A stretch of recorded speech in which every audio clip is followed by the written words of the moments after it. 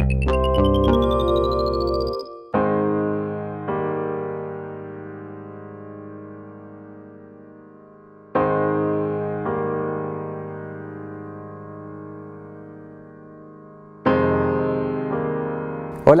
muy buenos días.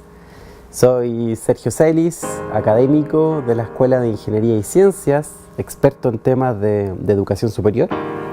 Y hoy con mucho gusto estoy continuando este ciclo de conversaciones con el maestro, colega, amigo, profesor Carlos Viñolo. Muchas gracias y los invito a continuación a disfrutar de esta conversación junto a Carlos. Hola, muy buenos días. Para mí es un gusto continuar con este ciclo de conversaciones junto al maestro, colega y amigo Carlos Viñolo. Hoy día vamos a conversar más sobre formación, educación y sacar muchas de nuestras experiencias y nuestros saberes a la luz. ¿Cómo estás, Carlos? Bien, muy contento. Muy contento. Gracias por ayudarme a sacar, digamos, todo ese material que tengo en la cabeza y que de puro perfeccionista no he podido escribir, así que me ayuda mucho. Vamos a hacer lo posible.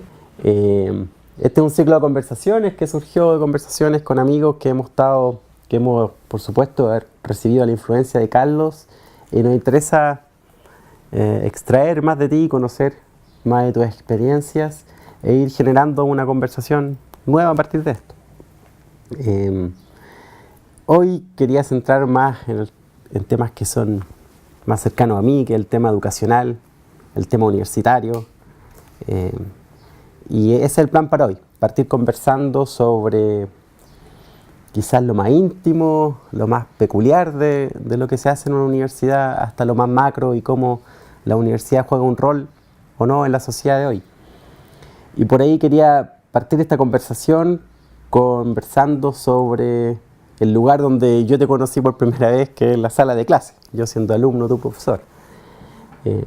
Varios han vaticinado que las salas de clase van a desaparecer en algún minuto, por las tecnologías o por qué sé yo. Pero siguen ahí, después de varios siglos, sigue la experiencia en que se juntan los llamados aprendices y un maestro, un grupo de maestros, y se produce una interacción. Tú llevas mucho tiempo de salas de clase de diferentes tamaños, estilos, con diferentes personajes adentro. ¿Qué ocurre con Carlos Viñolo cuando entra en una sala de clase? ¿Qué es para ti ese espacio? ¿Qué significa? Bueno, es un espacio para mí particularmente relevante y grato, gozoso. Yo creo que donde más gozo en la vida es cuando estoy con un grupo de personas. Y yo entro en una suerte de trance, especialmente cuando son más largos, los talleres. Entro en una dinámica relacional, en un estado de flujo, especialmente cuando ando bien, y cuando es una audiencia motivada, etcétera, etcétera. Para mí, la sala de clase va a ser irreemplazable. Al revés, creo que va a ser cada día más importante. Por cierto, creo que las tecnologías permiten desarrollar espacios paralelos, complementarios, de formación. Pero yo creo que es en la interacción cuerpo a cuerpo, presencial, donde pasan las cosas más importantes en los procesos formativos. Y yo creo que eso va desde el vínculo de apego materno en el embarazo y en la tierna infancia hasta la educación superior y la educación continua. Yo creo que nosotros nos transformamos en la convivencia y en la convivencia emocional, espiritual, corporal. Para mí en particular hay distintas formas de estar en la sala de clase. Yo voy a hablar de la mía. Para mí, efectivamente, lo que yo busco en la sala de clase es movilizar, es provocar, es despertar. ¿Por qué yo hago eso? Porque yo creo que hoy día es urgente remecer para que tomemos conciencia de lo que está pasando en el mundo, en el país, en el entorno más cercano, entonces el mundo cercano, mediano y lejos, pero yo creo que hoy día, especialmente en la educación superior, especialmente en universidades como la Chile, es muy grave que tengamos un porcentaje de alumnos que no han despertado en el sentido de tomar conciencia, darse cuenta, sentir, emocionarse, conmoverse y angustiarse con todas las cosas que están pasando en el mundo. Entonces, para mí la sala de clase es un espacio de provocación, de molestar, de incomodar. Y por eso hay alumnos que no me evalúan bien y no me quieren mucho. Pero muchos de ellos no me quieren y se incomodan ahí. Y tal vez la evaluación, pero muchos de ellos yo me los encuentro después y me dan gracias por haberles puesto esta bombita de tiempo que se activa más adelante. Eso es para mí, digamos, y yo pienso que ahora que avanza la neurociencia y hablamos de las neuronas de espejo y de la resonancia del sistema límbico, de la potencia del humor o de las emociones, etcétera, etcétera, yo creo que la sala de clase va a ser cada día más importante porque estamos desplazándonos del espacio tradicional más cognitivo al espacio de las habilidades, de las actitudes y finalmente de la conciencia de sí. Yo creo que donde va a haber más reemplazo por la tecnología es en el espacio cognitivo. Pero de ahí en adelante no me imagino que alguien aprenda a jugar tenis, digamos, mirando una pantalla, o tocar piano, o desarrollar habilidades y generar cambios actitudinales. ¿Y qué esfuerzo requiere en ti hacer todas estas cosas que tú describes en el aula? ¿Cómo se prepara un profesor como tú para gatillar todos estos efectos? Sobre todo cuando en una semana promedio imagino que tú estás con públicos diferentes, a través de las generaciones avanzas también interactuando con diferentes tipos de intereses. Ahí te metiste en un tema muy, muy difícil y que es la mala noticia, que toma mucho tiempo, mucho rigor y ciertas condiciones contextuales para llegar a ser competente, virtuoso y maestro. Y por eso yo propongo que la formación de formadores empiece tempranamente. A mí me gustaría ver ya en la educación secundaria alumnos destacados que empiezan a entrenarse como formadores de sus compañeros de curso o los alumnos menores. Porque es como el pianista o el futbolista. Alexis Sánchez o Messi son extraordinarios porque partieron jugando muy temprano. Y tú lo que necesitas es generar una estructura, diría Maturana, un sistema nervioso, pero también un sistema bioquímico, muscular, esquelético, que hace que cuando tú entras a la sala de clase es como entrar a jugar fútbol. Y yo lo paso muy bien, especialmente cuando entro en ese estado de resonancia emocional. Cuando yo logro entrar en ese estado, y lo he visto en otros, de mi boca salen cosas que yo nunca dije ni escuché. Y las sensaciones que yo no estoy hablando, sino que lo que está pasando en la sala de clases me usa de vocero. ¿De acuerdo? Entonces es muy entretenido cuando uno empieza a aprender en la sala de clase y un poco uno se hace una pregunta de qué alumno está viniendo esto, de cómo se está produciendo ese fenómeno. Entonces yo creo que la conclusión ahí es que tenemos que preocuparnos en serio de la formación de formadores en este sentido. Pero si empezamos tempranamente, yo creo que podemos tener mucha gente. Además que si empezamos en educación secundaria, yo me lo imagino en secundaria, no me lo imagino en básica, pero a los 14, 15 años ya hay jóvenes talentosos que van a disfrutar. Hay alumnos que se aburren un poquitito por su nivel, ¿de acuerdo? ¿Para qué decir en la universidad? Algunos cabros llegan a primer año de la escuela de ingeniería y se aburren bastante. Pero si nosotros les damos ese rol, va a ser muy motivante y van a aprender mucho más. Claro. Interesante esto que hablas de la formación de formadores. Tú has escrito en otros lados, a veces conmigo, de que la enseñanza no existe, no es relevante, solo hay aprendizaje. Y es lo importante el rol del aprendizaje, del que aprende. Entonces, ¿cómo ves tú, qué es para ti un formador o el rol que cumple un formador, un maestro, un profesor? Bueno, yo soy firmemente constructivista, no solo en lo educacional. Para mí la influencia de Humberto Maturana y Francisco Varela ha sido tremenda en mi vida.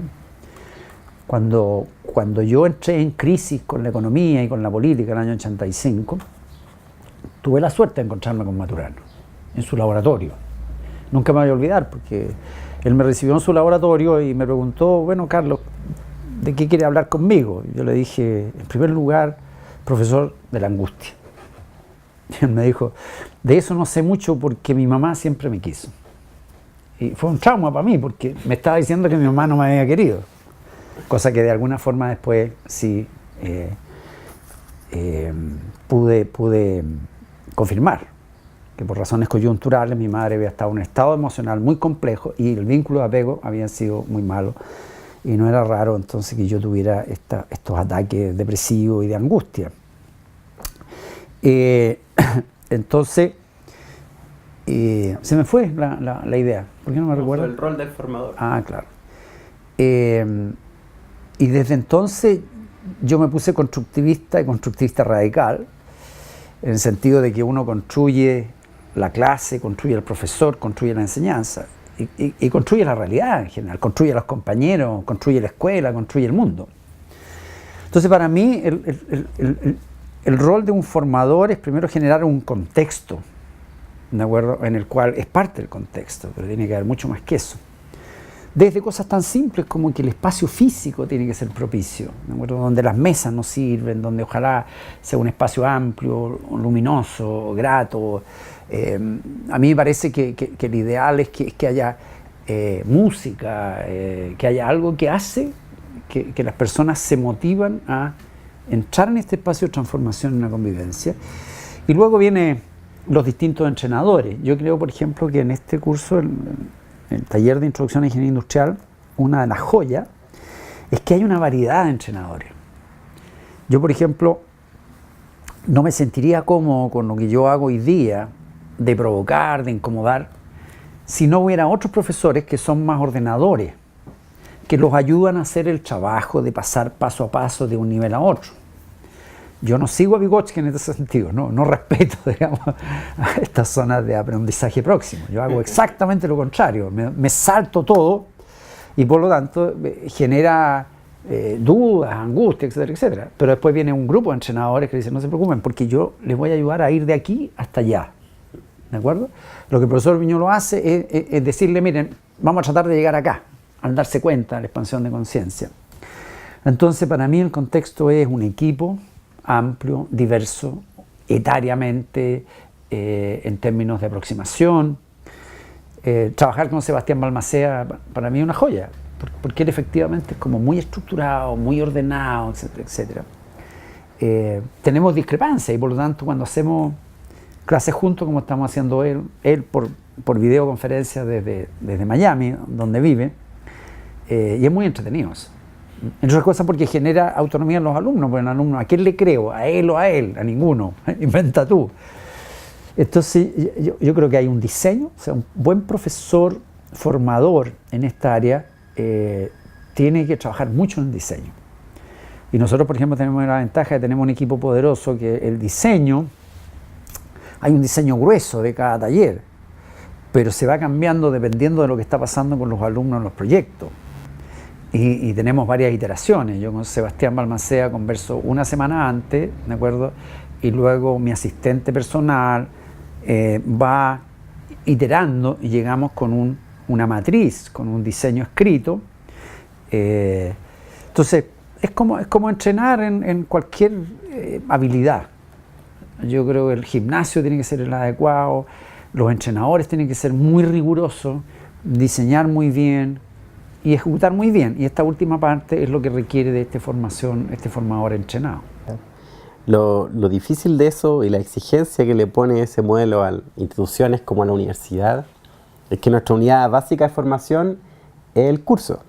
Ahí es donde va el profesor, que es experto en un ámbito, y valoramos mucho la libertad de cátedra, y ese profesor muchas veces hace un cierto plan con sus estudiantes que es un poco aislado, no conversa con los que hacen del lado.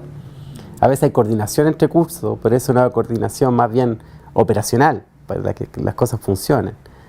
Pero no pensamos mucho en la diversidad de mensajes de profesores, cuánto porcentaje de profesores debiésemos tener que sean más rigurosos, más metódicos, otros que sean más cercanos, otros que sean más provocadores. Da la impresión de que eso no está en nuestro diseño de instrucción cuando mejoramos la universidad. Somos más bien islas de profesores que lo pasamos muy bien, hacemos nuestras cosas, pero sin ver el efecto agregado que tiene eso. Bueno, yo coincido contigo. Desafortunadamente tiene que ver con un mundo que se ha ido transformando en isla, en casi todo sentido. El individualismo ha hecho que las sociedades se hagan más insulares y perdemos capital social. Incluso llegamos a no conocernos. O sea, una cosa muy, muy increíble es que los profesores de una carrera como ingeniería industrial del mismo semestre no conocen ni siquiera los cursos que están haciendo en paralelo, menos los programas, y no hay una conversación entre profesores. Ahora, yo creo que eso hay que cambiarlo. Alguien me va a decir imposible. No, es muy difícil, pero hay cosas que hay que cambiarlas, aunque el avance sea muy lento, hay que ir gradualmente haciéndolo. Yo veo dos líneas de acción ahí. Una, desde la dirección docente, ¿de acuerdo?, en que va a tener que perseverar en esa línea de producir estas coordinaciones.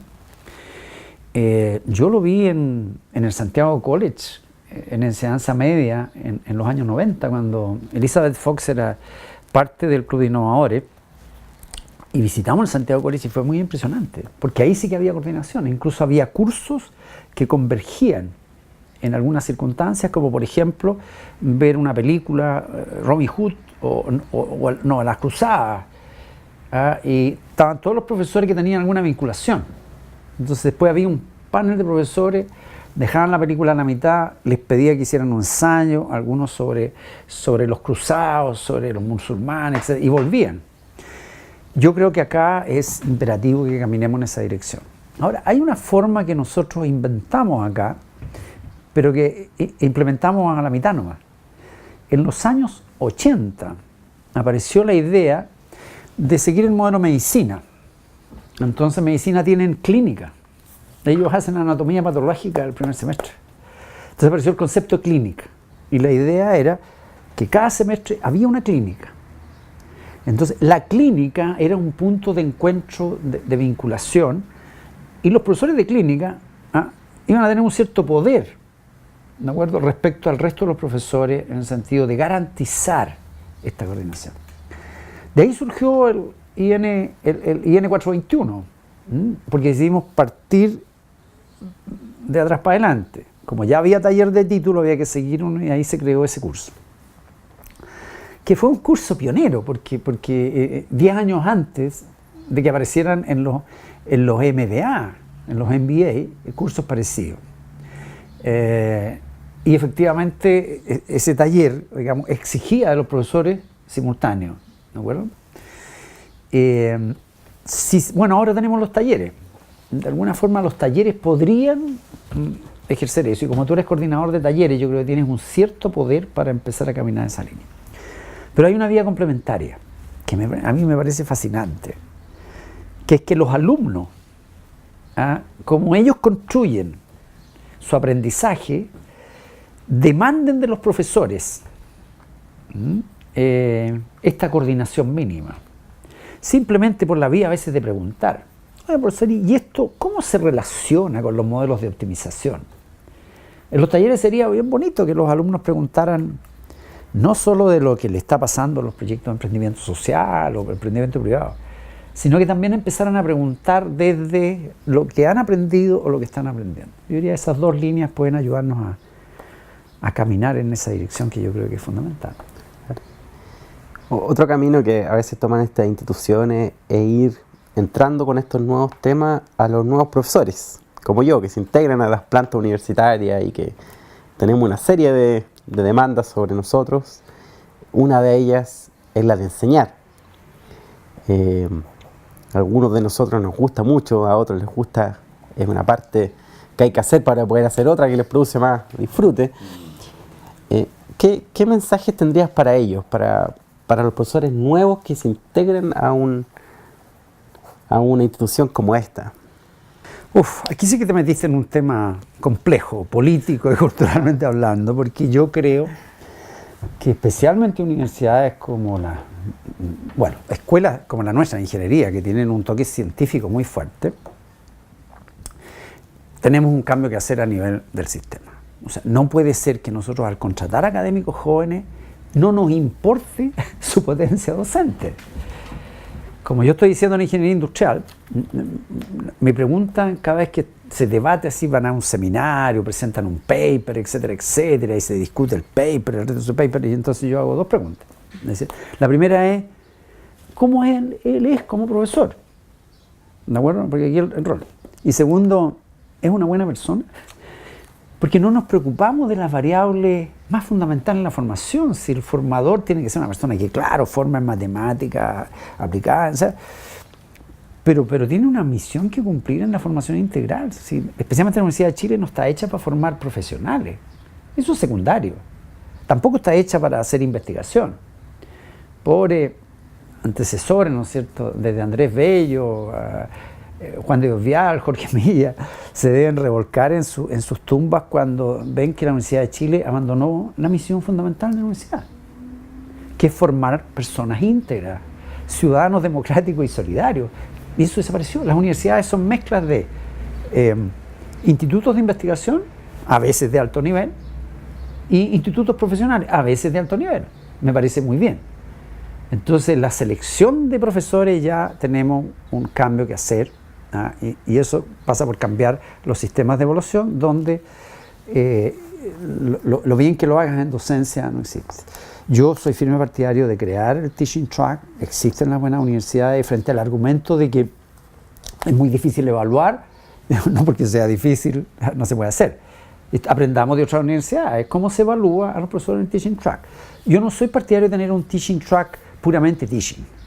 Yo digo que un buen profesor necesita tener también un área de investigación y exploración. Si lo que no necesariamente tiene que tener son las mismas exigencias en términos de publicaciones que tienen los otros. Sus publicaciones pueden ser más docentes, por ejemplo, pueden ser libros, no necesariamente paper indexado. Ahora, respecto a los profesores jóvenes, yo los invitaría a que expandieran su conciencia de mundo, de sí, y se dieran cuenta que si siguen este track puramente publicante, puede que les vaya muy bien como investigadores, pero van a tener problemas en la vida. Van a tener problemas en su familia, van a tener problemas con los hijos, porque van a ser malos formadores de sus hijos. Y la relación de pareja va a andar mal, porque hoy día o tomas conciencia de mundo y de cambios generacionales y de lo que está pasando con los adolescentes, etcétera, etcétera, o vas a tener problemas.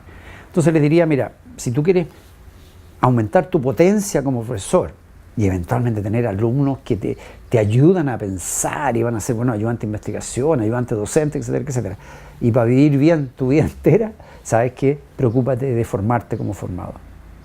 ¿Y dónde uno hace eso? Porque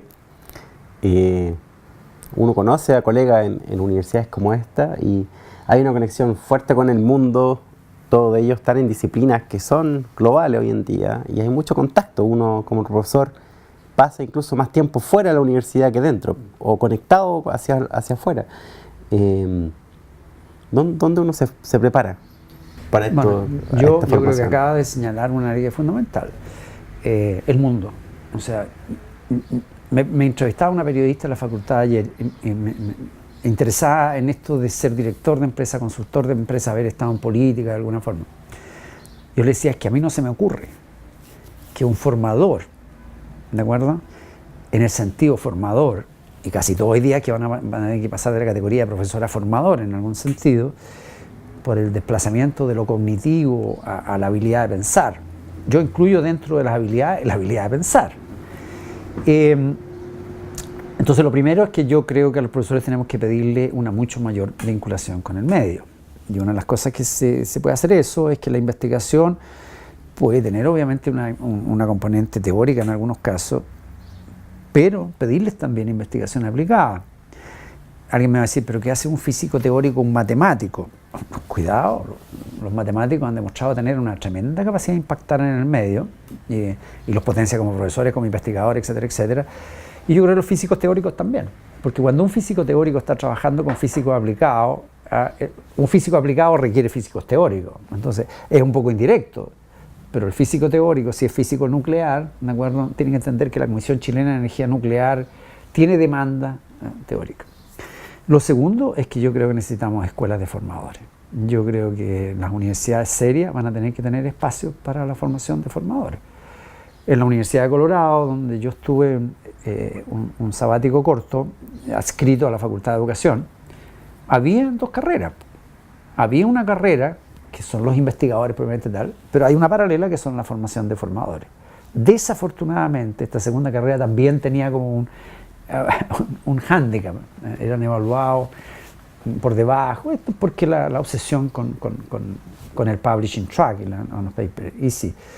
Y yo creo que sería muy bueno, y aquí me voy a referir a nuestra escuela de ingeniería, que es la que más conozco, que estudiáramos en serio la creación de un departamento de Engineering Education, como existen muy buenas universidades para tener investigadores en Engineering Education, ¿cierto? Como Purdue University y otras que han liderado, es que lleguen a tener PhD en Engineering Education. En este momento el único especialista en Engineering Education, el único PhD en Education, eres tú. Entonces, ha habido directores de la Escuela de Ingeniería que nunca estudiaron educación, ¿de acuerdo? Ni formación. Ahora, en los viejos tiempos, cuando educación era igual aprendizaje de teoría, metodología e información, no era muy serio. Pero hoy día es totalmente distinto. Entonces, yo, por ejemplo, creo que nosotros debemos ser pioneros en la formación de profesores. Como te digo, que además sería una formación para la vida, porque todos estos académicos jóvenes que están ahí en la pelea por el tenure track, los profesores asistentes, que son muchos, se están obsesionando, ¿cierto? Prefieren no saber del mundo porque su carrera es tenure, y van a tener problemas serios en otros ámbitos. Pero si nosotros en paralelo con eso les ayudamos a ser mejores formadores desde adentro, yo creo que habría que agregar una cosa, formarlos como investigadores. Hay una gran varianza en términos de la formación como investigadores. Hay jóvenes que han venido de escuelas buenísimas en términos de metodologías de investigación y desarrollo, pero hay otros que no vienen de buenas escuelas, entonces tienen problemas como investigadores y como profesores.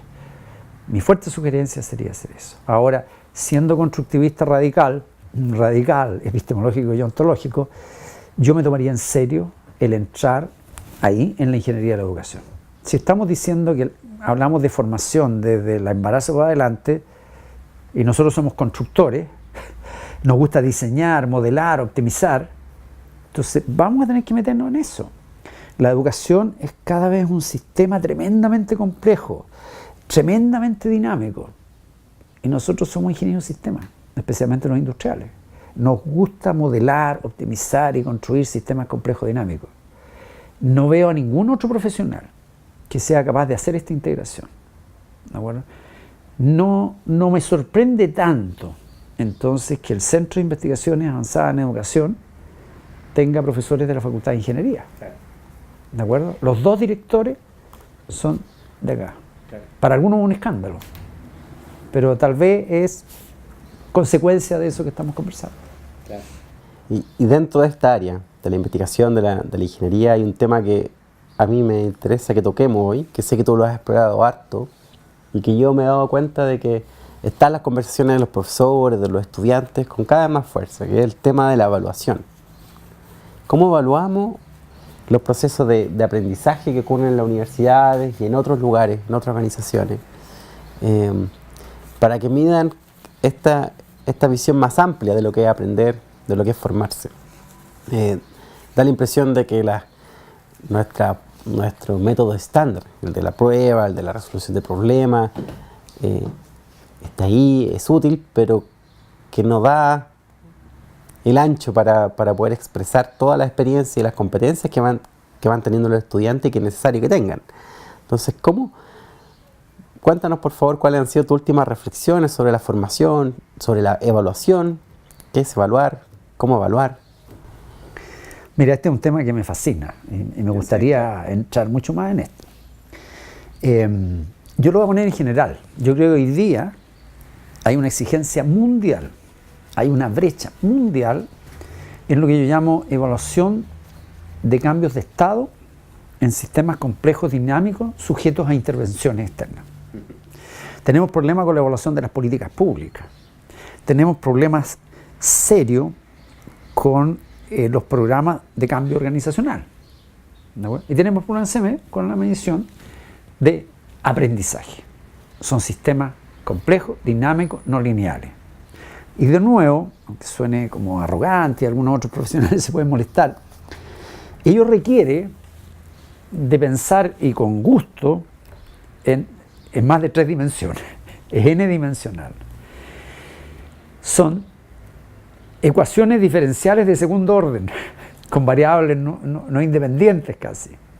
Bueno, y es por eso que yo propongo, y he propuesto acá, que nosotros en la Escuela de Ingeniería empecemos a tomar esa área de investigación y desarrollo como un área prioritaria. No solo porque lo requerimos para evaluar educación, y necesitamos evaluar para rediseñar, porque ¿cómo vamos a saber si lo estamos haciendo bien y cómo necesitamos rediseñar? Y segundo, porque incluso para evaluar el impacto en la investigación.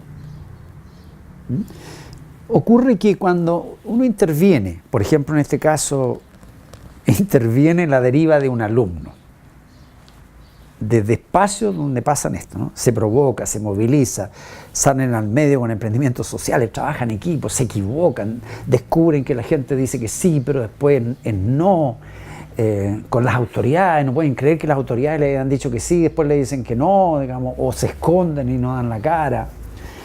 Entonces, ¿cómo evaluamos lo que les pasa a esos alumnos?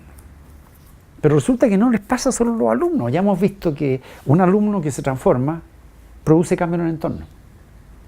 Recuerdo en particular, hace muchos años atrás, cuando evaluábamos en base a un ensayo, en que le pedíamos que el ensayo estuviera centrado en fundamentar bien algunos cambios. Y el foco estaba no en que hablaran de grandes cambios, sino que la nota dependía de cuán riguroso era en fundar. Y es interesante, me gustaría volver a hacerlo, porque sacábamos un documento, incluso lo circulábamos en la facultad. Recuerdo un decano una vez que estábamos interesados. Y nunca me voy a olvidar de una chica que yo no vi durante el curso, porque era sumamente tímida, y descubrí que se escondía sentándose de alumnos grandes, para que no existiera la posibilidad de que yo la viera, etc. No sé si te acuerdas de esa historia. Y ella se sacó la mejor nota, porque su ensayo era espectacular. Y claro, yo en la última clase tuve que hablar, porque yo di su nombre y ella se paró, etcétera, etcétera. Y ella contó del impacto que había tenido en su familia, que era una familia muy conflictiva, donde no conversaban, donde los hermanos estaban peleados. Y ella se tomó muy en serio el poder del conversar y qué significaba conversar y los contextos conversacionales. Y ella instauró un almuerzo, que era los días sábados, no los días domingos, por alguna razón. Y contó lo que estaba pasando en su familia, cómo la familia había empezado a cambiar. Bueno, después pasa que algunos de estos alumnos, con este golpe, producen cambios en su entorno de alumnos, más allá del curso, en otras especialidades. El buen alumno, ¿cierto?, produce cambios en los profesores. Nosotros hemos visto buenos alumnos que terminan hasta desafiando a un profesor, y normalmente para bien, ¿de acuerdo? Un buen alumno o los buenos alumnos y alumnas son los que hacen las encuestas docentes más rigurosamente y los que a mitad de semestre hacen juicios negativos y obligan a la comisión de docencia a mirar y a llamar al profesor, etcétera, etcétera. Y esto se prolonga de por vida. Es un frente de onda. Entonces, ¿cómo evaluamos? Bueno, tenemos que entrar en serio en desarrollo de metodologías especiales para eso. Tenemos que preguntarnos en todo este espectro qué cambio observamos. A mí me gusta mucho la idea de constituir comunidades de observación de cada alumno, ¿de acuerdo? Que sea de otros alumnos, que sea ojalá de otros profesores, ¿de acuerdo? Como por ejemplo que tienen la suerte de ver a un alumno y preguntarse cómo pasó esto, ¿de acuerdo? ¿Qué cambio experimentó él? Seguir las notas, ¿no? Decir, bueno, a ver, ¿qué pasó con las notas de él? Seguirlo cuando va al centro de alumnos o va a alguno de los proyectos como Construyendo Mis Sueños. Entonces yo creo que una de las cosas que a mí me parece bien es esta coevolución, ojalá a 360 grados, y que se mantiene en el tiempo, especialmente en relación a los talleres. Yo creo que la mejor forma de hacerlo es incorporar en los talleres sistemas de evaluación. va a ser muy difícil saber qué produjo cada taller, porque muchos de los efectos de un taller vienen mucho después, y muchas veces el efecto de un taller se nota en el segundo taller, se nota en el tercer taller, ¿de acuerdo? Y además están pasando otras cosas en la vida de las personas. Hay cursos que son cursos, pero que tienen profesores que creen que hacen clases, pero en realidad no hacen clases. Yo con muchos profesores les digo, oye, yo te he visto a ti, tú no enseñas materia. Pareciera que tú enseñas materia, pero tú lo que haces es apasionar a los alumnos con la economía. Patricio Meller es un caso típico. Es un desordenado, no, y viene, es caótico, etcétera, etcétera. Provoca, a veces insulta a los alumnos. ¿Ah? Y lo que los alumnos sacan es apasionarse con la economía, con una disciplina, etcétera, etcétera. Yo creo que hay profesores, por ejemplo, que son estupendos profesores, ordenaditos, toda la metodología, etcétera, etcétera. Reciben excelente encuesta docente, pero se borra esa materia porque el tema es retención. Ya sabemos que hoy día el tema, incluso en el espacio cognitivo, hay alumnos que salen sabiendo mucho y 6 meses después. Muy interesante lo que tú dices. Hace poco me encontré con un artículo en un cuaderno de la universidad sobre evaluación de nuestro amigo físico, colega y ex decano Francisco Brieva. Y su tesis principal era que uno de los grandes problemas de la evaluación es que nosotros la pensamos como un punto de fin. En algún minuto evaluamos lo que se ha hecho en el recorrido y nos da la pretensión de que el proceso termina, o hay partes del proceso que terminan en un cierto tiempo, cuando lo más interesante ocurre en un proceso que es continuo, como tú dices, es un efecto de onda y se prolonga en el tiempo y no sabemos bien hasta qué tiempo o cómo cambia, cómo varía o qué relaciones produce luego que un aprendizaje se firma con el siguiente.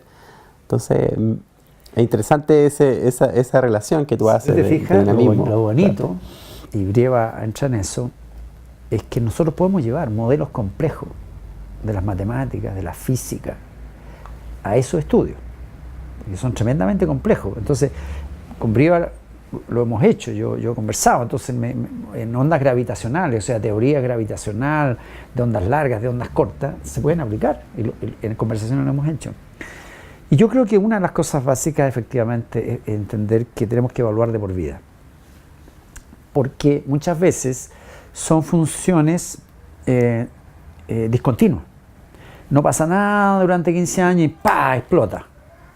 Porque son las circunstancias lo que hacen que estas bombitas de tiempo que quedan en el sistema nervioso se activen. Especialmente cuando las personas, por ejemplo, son muy arrogantes, pues son buenos alumnos, no tienen problemas en la vida, etcétera, etcétera, hasta que los echan del trabajo, los echan de la casa, o tienen un problema con un hijo muy serio, y ahí viene la crisis y ahí viene la toma de conciencia de algo que él no había visto. Algunas son asintóticas. El alumno que va así y se queda pegado, pero cuidado, hay algunos que suben y se van para abajo. Me acuerdo que es lo que pierden el aprendizaje. Y hay otros que son exponenciales. Hay muchas veces que es exponencial, que es con la experiencia, y se va para arriba. En ese sentido, de nuevo, para este departamento de Engineering Education hay mucho que aprender de lo que han hecho universidades top como Harvard. Harvard tiene un estudio famoso, ¿cierto?, que sigue la generación, creo que es del 38 o del 28. Y cada 5 años escriben un libro y va cambiando la interpretación de las variables clave. Yo quedé impresionado cuando descubrí, hay una TED sobre eso, digamos, que es muy buena, que un hombre que escribió, creo que es uno de los últimos libros, quedé impresionadísimo que en un momento dado existía el paradigma de que los más fuertes tenían mejor desempeño en la vida.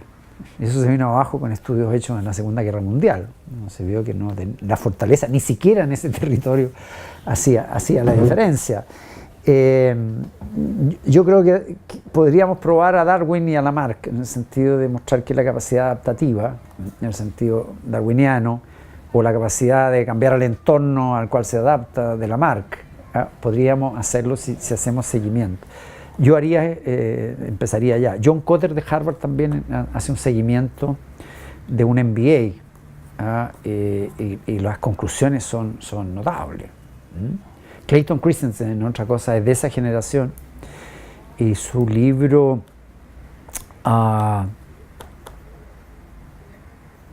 no me acuerdo el nombre, pero es un libro muy interesante, porque es un libro post-cáncer, en que él argumenta que una de las cosas graves que se hace es evaluar la vida académica o la vida profesional y la vida personal con categorías distintas. Entonces se produce una verdadera esquizofrenia, y en ese texto él mira con especial dolor y preocupación la experiencia de aquel CEO de Enron, ¿de acuerdo? Que él recuerda como alumno, como un alumno de los buenos alumnos, pero ético, colaborativo, y termina siendo el que destruye y termina en la cárcel, el CEO de Enron. Entonces yo creo que hay que tomarse en serio en los estudios longitudinales, así como también los estudios horizontales. Déjame decirte, Sergio, que si nosotros quisiéramos, como Facultad de Ingeniería, destacar a nivel mundial, así sobresalir rápido, tomar la punta, esta área de metodologías de evaluación en sistemas complejos dinámicos, dado que tenemos un Instituto Milenio de Sistemas Complejos, yo creo que nosotros podríamos ser muy buenos y hacer una contribución al mundo en el desarrollo de estas metodologías de evaluación, que, como te digo, no solo es en formación, en políticas públicas, en cambio organizacional, entre otros. Fascinante. Oye, Carlos, ya estamos llegando al fin de la conversación. Me gustaría llevarte a aprovechar el tiempo con una última pregunta sobre la contingencia, quizá. Algo que sale a la vista en las conversaciones contigo es tu capacidad de traer experiencias, especial lecturas de muchos lugares, de muchos ámbitos y de distintos tipos de disciplina y contexto. Da la impresión que tú tienes una red de sensores bien amplio que trae a diferentes conversaciones. Entonces, y yo sé que uno de los temas centrales de tus cursos suele ser generar esta expansión de conciencia, de que sepamos quién fueron distintos actores, cuál ha sido la historia de distintas compañías, naciones, personajes. Y tú constantemente estás trayendo eso en cualquier conversación. Incluso si la conversación es acotada, disciplinar, tú traes ese espacio. Y te pregunto porque si uno ve el mundo en el que estamos hoy en día, da la impresión de que si uno ve casos, sobre todo los casos de eleccionarios que hemos tenido últimamente, de Colombia, Gran Bretaña y Estados Unidos sobre todo, da la impresión de que esta visión más global del mundo, esta visión que le podríamos denominar progresista, académica, que personajes como tú representan o encarnan, falla como lectura de algunos acontecimientos. No se da cuenta de quizás cambios que están ocurriendo o de realidades que están ocurriendo en distintos niveles en nuestra sociedad. ¿Cómo enseñamos a generar esta conciencia de mundo en el mundo? Mira, voy a partir con una invitación a todos los que van en algún momento, ahora y más adelante, a ver, a escuchar, como digo yo, esta conversación, que es llamando la atención sobre las ventajas del constructivismo radical. El constructivismo radical tiene muchas ventajas, tiene muchos beneficios, ¿de acuerdo? Disminuye fuertemente el riesgo del fundamentalismo, de la certidumbre, y además lo pone a uno en una disposición de un mayor espacio de transformación. En el constructivismo radical uno es un relato que uno tiene y un cuerpo que está acoplado a ese relato, y etcétera, etcétera. Y un gran obstáculo es ese relato. Si uno suelta el relato y su cuerpo se expone a movilizarse, etcétera, etcétera. Tiene más espacio, tiene menos riesgo de ser fundamentalista, tiene más capacidad de escuchar a los otros, aprender de los otros, transformarse con el otro, etcétera, etcétera. Pero hay otra ventaja, que tiene que ver que cuando uno lee, no tiene que retener, no tiene que comprender, sino que uno va a sacar algo que me sirve. Entonces es distinta a la lectura del especialista, que tiene que especializarse mucho para poder publicar y estar en la revista, ¿de acuerdo? En el constructivismo uno vive en función de la utilidad, no la veracidad. Entonces, para un constructivista radical es clave hacerse la pregunta, ¿para qué? ¿Qué me mueve? Y yo voy a operar en función de lo que me mueve. Entonces tengo que ir mejorando mi interpretación, mis metodologías, etcétera, etcétera. Entonces,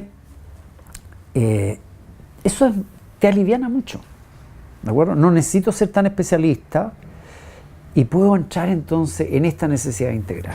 Yo creo que la especialización le ha hecho mucho daño al mundo. Y si puedo recomendar, entre muchos, hay un libro que yo creo que es un libro de oro, que es nada menos que de física cuántica o mecánica cuántica, que es el libro verde de Carl Schmitt, donde él dice exactamente eso en su prólogo. Y luego agrega, ¿cierto?, que esta concepción de la ciencia como descubrimiento de la verdad explicaría, según él, que todavía la física cuántica y la teoría de la relatividad no sean compatibles, no conversen. ¿De acuerdo? Porque efectivamente hay algunos que creen que la teoría de la relatividad es como verdadera y otros que creen que la física cuántica es verdadera, entonces no permite esa evolución. Yo lo que he hecho es, tuve la suerte, ¿cierto?, de ir a una universidad multiversidad en los años 70 y fui como alumno libre de doctorado. Por alguna razón yo ya estimaba que no necesitaba más cursos. Y aquí viene otra respuesta. Yo quería interactuar. Entonces seleccioné 3 profesores guía, ortogonales entre sí. Con uno de ellos leí El Capital, hasta el tomo 1, que fue cuando me di cuenta que en realidad 2 y 3 del Capital no los había escrito Marx, sino que Engels, saliéndose del programa original. Después Carlos Fortín, un abogado chileno, y Reich Green. Y fíjate que yo trabajaba con Reich Green en Study Seminars de 6 semanas, con senior officials de toda parte del mundo. Mi mujer era la housekeeper y cuidaba de estos senior officials en una casa. Yo iba a comer con ellos, ¿de acuerdo? Y eran básicamente africanos, asiáticos y de América Latina. Entonces, a propósito de cómo se construye conciencia del mundo, así, en la interacción con el mundo, pero en un mundo diverso. Claro, ahí yo tengo algunos problemas con eso porque esta visión más constructivista de la vida también está dentro de los discursos que yo llamaría globales, discursos que tienen que ver con la reinterpretación, con complejizar lo local, con conectarse con otras culturas, con la capacidad de reinvertirse. Yo discrepo de ti que tú le das un componente a la ciencia y su especialización como culpable de la falta de lectura, pero si uno ve los movimientos globales de hoy, también fallan aquellos que hacen los puentes entre la ciencia y lo social, la gente que está en los medios de comunicación, la gente que está en las relaciones empresariales, gerenciales. Hay un fallo, sobre todo de aquellos que promulgan como tú una visión más libre de sociedad. ¿No será también que detrás de esa voluntad por poner esta visión de la sociedad, uno pierde, curiosamente, es paradójico, una capacidad de leer visiones de la vida o mundos de la vida que son mucho más doctrinales o que tienen pies firmes en ciertas convicciones? Claro, yo creo que tú tienes toda la razón. Es necesario tener una diversidad. Yo no estoy diciendo que todos tengan que tomar la opción mía. No, lo que yo digo es que en un mundo disciplinario que tiene que ser riguroso, y neurociencia, física cuántica, conviene que haya otros que hacen la integración. La inteligencia emocional estaba en Howard Gardner mucho antes que apareciera Goleman. Pero Goleman es el que hace la integración, ¿de acuerdo? Y Malcolm Gladwell escribe esas genialidades, digamos, de amplia difusión, pero él no es el investigador. Entonces yo creo que hay que tener una diversidad. Por eso yo hablo de la multiversidad. Yo creo que mientras más diversidad hay, pero gente que entiende que la diversidad no es excluyente, no es de isla, no anda criticando, sino que aborda el mundo distinto, entonces eso es poderoso. ¿De acuerdo? Por eso yo te decía, en docencia yo necesito contrapuntos y ojalá varios, en investigación y exploración también. Yo he sido privilegiado porque en esta facultad, que está lleno de gente disciplinada, etcétera, por ciertas coyunturas tuve la posibilidad de ir por otro camino, no me echaron, digamos, algunos incluso me aprovecharon. Pero yo quiero terminar con este tema que tú planteas, que yo creo que es tremendamente importante, que es el tema de esto de la conciencia de mundo y la conciencia de sí. primer lugar, si volvemos al tema de la evaluación, si hay algo difícil de evaluar, es eso. Y como cada día hay más consenso de que hay que hacerlo, más urgente es la necesidad de que metamos en ese tema. Ahora, ahí tenemos la ventaja de que los neurocientíficos, la neurociencia se ha transformado en una disciplina tremendamente importante. Entonces, los propios neurocientíficos nos pueden ayudar en esta tarea de evaluar cambios de conciencia. Yo tuve la suerte de trabajar acá con un colega joven que se formó en psicología, pero luego hizo su máster en neurociencia y aprendí alto de las interpretaciones que ellos tienen sobre la expansión de conciencia. Y curiosamente lo plantean como un fenómeno de procesamiento paralelo, no lineal. Entonces nos están dando una señal de que habría que mirar varias variables al mismo tiempo. Y como tú recuerdas, fuimos juntos a la era en Denver en el año 2010 y creo que te acuerdas que la división de neurociencia estaba creciendo enormemente. Y ya recuerdo que algunos vaticinaban que dentro de poco íbamos a tener unos cascos para medir cambios en el sistema nervioso. Y si uno se mete en eso, podríamos ver de qué forma esos cascos o los radares a la salida de la puerta nos dan a dar una señal de cuánto ganó. Bueno, yo aquí quisiera terminar con un tema que va a complicar mucho más las cosas, Sergio, y sobre lo cual yo creo que hay muy poca conciencia, que es lo que algunos llaman convergencia tecnológica, que está en Thomas Friedman, El mundo es plano.